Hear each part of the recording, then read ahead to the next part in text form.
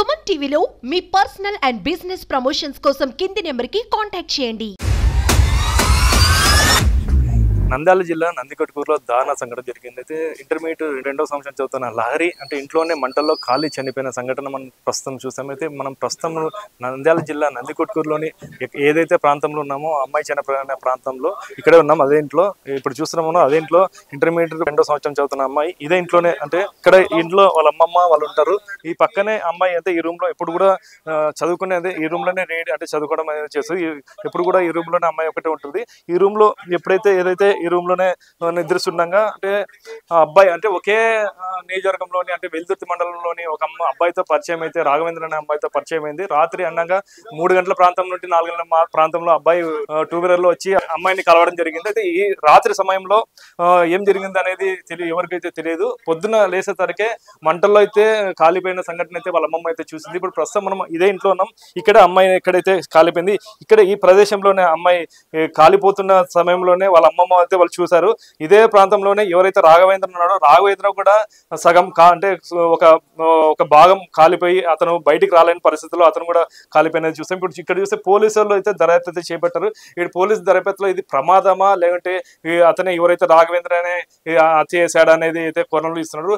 పోలీసులు ఇప్పటి వరకు ఇది ప్రమాదం అనేది భావిస్తున్నారు. కానీ ఇది ప్రమాదం కాదు, ఇది హత్యనే అని చెప్పేసి రాఘవేంద్ర అనే వ్యక్తి హత్య చేశారు మా అమ్మాయిని అని చెప్పేసి అయితే వీళ్ళు అమ్మాయి వాళ్ళ బంధువులు అయితే ఆరోపిస్తున్నారు. ఇక్కడ చూసేటట్టయితే ఇక్కడ షార్ట్ సర్క్యూట్ జరిగినదైతే కనిపించలేదు. ఎలక్ట్రిక్ బోర్డులో వైర్ కూడా అలాగే ఉంది. కేవలం మంచం కాలిపోయి అక్కడ చిన్న చిన్న బట్టల ముక్కలు అవి కాలిపోయినట్టు మొత్తం అయితే ఇక్కడ మొత్తం కాలిపోయి మొత్తం ఈ రూమ్ అంతా పొగ అంటే బ్లాక్ స్మోక్ అయితే వచ్చింది. ఇంతకు వాళ్ళ అమ్మమ్మని అడుగుదాం పరిస్థితి అంటే ఏం జరిగింది రాత్రి సంఘటన, ఇంత ఈ సంఘటన గల వివరాలు ఏమో వాళ్ళని అడిగి తెలుసుకుందాం. అమ్మ చెప్పండి అమ్మ, ఏం జరిగింది రాత్రి? 3 గంటలకు లేచినారు సార్. 3 గంటలకు లేచి చదువుకుందామని వచ్చింది అమ్మాయి. చదువుకుందామని వచ్చి ఆ రూమ్లో కూర్చొని ఆ రూమ్లో ఉంది గడేసుకొని చదువుకోమ్మా అని నేను లోపలికి పోయి పనుకున్నాక చదువుకుంటుంది. వాడు ఎప్పుడు వచ్చినాడు? 4 గంటలకు వచ్చినాడు. ఎవరో నాకు తెలియదు సార్, తెలియదు. 3 గంటలకు వచ్చినాడు. ఆ అమ్మాయితో ఏం మాట్లాడినాడో మాకు తెలియదు. నోట్ల బట్ట పెట్టినాడు, పెట్రోల్ పోసినాడు, అంటించినాడు. బయటికి రాలేక వాకిళ్ళు గట్టి బలంగా దొబ్బినాడు. ఆ రాయి అనేది ఆడ కింద పడింది. ఆ శబ్దం మాకు వినపడింది. అప్పుడు మేము బయటకు వచ్చినాం. వచ్చేళ్ళకు మంట మిద్దెత్తు మంటలు వేసింది ఇంట్లో. ఆ పిల్ల కాలుతుంది. వాడు వచ్చి ఇడవనుకు పన్నాడు. అంటే ఇప్పుడు మంటల్లో అంటే ఇప్పుడు అమ్మాయి కేకలు కానీ ఇలాంటివి ఏమి వినిపించలేదు? అబ్బాయి కేకలు కానీ అరుపులు కేకలు ఏమి వినిపించలేదు? ఏం వినపలే సార్, కేకలే వినపలే. కేక పెట్టాలంటే ఆ పిల్లకు నోట్లో బట్ట పెట్టినాడు. కేక అనేది రాలే, వాడు కేక పెట్టలే. వచ్చినాడు ఇడవన్నాడు.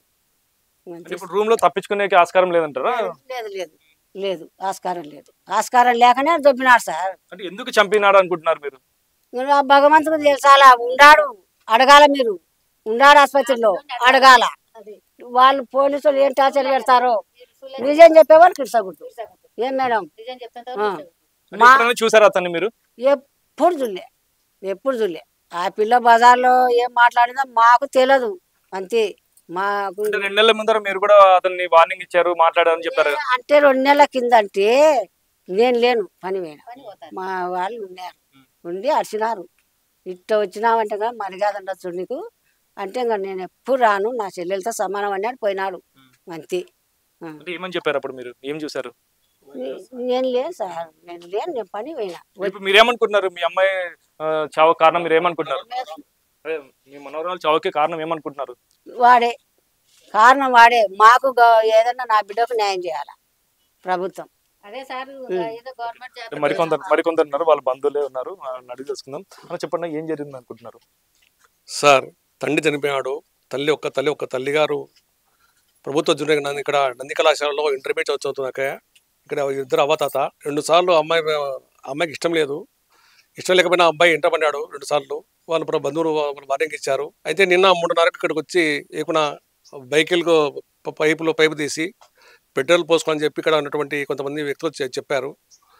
ఈ సంఘటనలో అమ్మాయి పెట్రోల్ పోసి అంటించాడని చెప్పి మా అనుమానము. అయితే ఇలాంటి సంఘటన ప్రాంతం కాకుండా చట్టాలు కఠినంగా శిక్షించాలా. ఈ కళాశాలలో హై స్కూల్లో ఈ ప్రేమ పైన సపరేట్ అవేర్నెస్ ప్రోగ్రాం ఏర్పాటు చేయాలా. అదేవిధంగా ఇప్పుడు 108, 104 ఎలా ఉన్నదో ఒక సెల్ నెంబర్ ప్రభుత్వము ఒక సెల్ నెంబర్ ఏర్పాటు చేయాలి ఫిర్యాదు చేయడానికే. అదేవిధంగా ఈ కుటుంబానికి ఒక 30 లక్షల రూపాయల ఎక్స్‌గ్రేషియా 4th క్లాస్ ఒక ఉద్యోగం అని చెప్పి సిబిఐ పడి డిమాండ్ చేస్తున్నాం సార్. ఇప్పుడు అమ్మాయికి ఇష్టం లేనిదే అబ్బాయి కూడా ఇంత దూరం రాడు కదా, దీన్ని ఎలా చూస్తారు మీరు? అమ్మాయి ఇప్పుడు ఇష్టం ఉంటే ఎంతోమంది అమ్మాయిలు అబ్బాయిలు ఈరోజు పెళ్లి చేసుకుంటారు, పోయి ఉండమ్మా వివాహం చేసుకుంటారు. అమ్మాయికి ఇష్టం లేదని చెప్పి ఇక్కడ చదువుకుంటుంది ఇప్పుడు అన్నప్పుడు మా అభిప్రాయం సార్. అయితే ముందే పేరెంట్స్ కానీ వాళ్ళ అమ్మమ్మ వాళ్ళు ఉన్నారు, వాళ్ళకి చెప్పాలి ఇటు వస్తున్నా అని చెప్పేసి, ఇంకా బంధువులు ఉంటారు ఇటు వస్తున్నారు నాకు ఇటు ఈ ప్రాబ్లం ఉందని చెప్పి అమ్మాయి ఎందుకు చెప్పలేకపోయింది అనుకుంటున్నారు? గతంలో చెప్పారు, మా వీళ్ళ తమ్ముడు వీళ్ళంతా వార్నింగ్ ఇచ్చారు. కానీ 2 months బ్యాక్ ఈ సంఘటన జరగడం దురదృష్టకరం సార్. ఇది అంటే ఇది అతనే చంపాడని చెప్పేసి మీరు అనుకుంటున్నారా? ఇప్పుడు అవ్వ తాత పుట్టినటువంటి రక్త సంబంధం చెప్పినప్పుడు మా అభిప్రాయం అదే సార్. ఇప్పుడు అతను కూడా కాలిపోయాడు కదా, దీనికి ఎలా చూస్తాం మనం?